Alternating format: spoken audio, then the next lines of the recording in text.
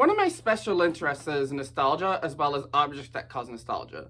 And sometimes I get fixated on objects that cause nostalgia that are really hard to find. The first one I'm going to talk about is this old game called Big Action Garage. For years I've been trying to figure out what the game was. It's basically the plot of this specific game. It's a knockoff of Putt-Putt, the Putt-Putt series. More specifically, the Putt-Putt Enters the Race, where you have to find objects, play mini games. The one specific mini game that I remembered for years was the mini game where you had to get rid of these ghosts in a haunted garage, and they would shoot nuts and bolts at you. But for the longest time, I could not remember the name, and it bugged me for so long. And until last week, I've actually finally found out what the name was, and it was like what I said earlier, Big Action Garage.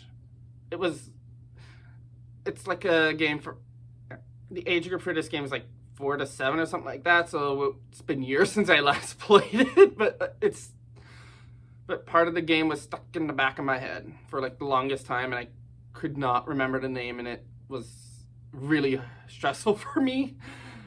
I actually did order a copy of it on eBay. Doubt it's gonna work, but at least I'll have a copy of it, and if I ever forget what it is, I'll probably come across the disc and remember it. Another thing I fixated over is something I actually own now, which I'm really happy about. It's the Shania Twain cassette of her album Up. This version has the red and green versions.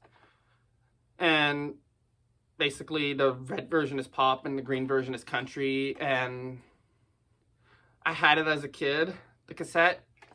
And then it broke because it worn out. And then I got the CD, which sounds a lot better than the cassette. But I didn't really have a good radio at the time because I was only 8 or 9 when this album came out. I think 8? Yeah, 8. I was 8. Okay. It was 2002. I was born in 94, so I was 8. And for some reason, I just fixated over the cassette, even though I had the CD and actually went through multiple copies of the CD, because as a kid, I scratched CDs really bad. So I went through multiple copies of it, but for some reason, the cassette's the one I fixated over because it brought more nostalgia, because that was what I listened to as a kid more than the CD, because I got older when I got it. And it wasn't until 2 years ago I finally found a copy online, and I was very happy about it.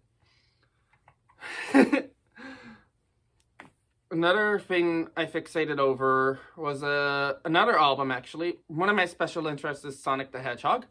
And it was a Sonic the Hedgehog album, remix album, actually. It was called Sonic the Hedgehog Remix, which had remixes from the original Sonic games.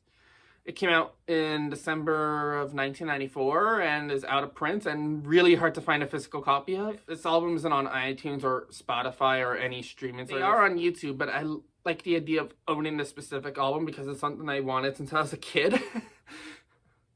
And there are copies on Discogs, but it costs about $200 plus shipping, which it's too expensive for me to buy. Another fixation I had was NASCAR Racers, a cartoon about racing, and all the cars could fly and stuff like that, which was pretty cool. But the thing I fixated over wasn't the show itself, but the toys. The toys are so hard to find now, and it's bugging me. I've been looking for them online. I want to get at least one of them because it brings so much nostalgia, and I just want to use it. I probably won't play with it, but I'll probably just use it as a decoration or something because it just brings up so much nostalgia.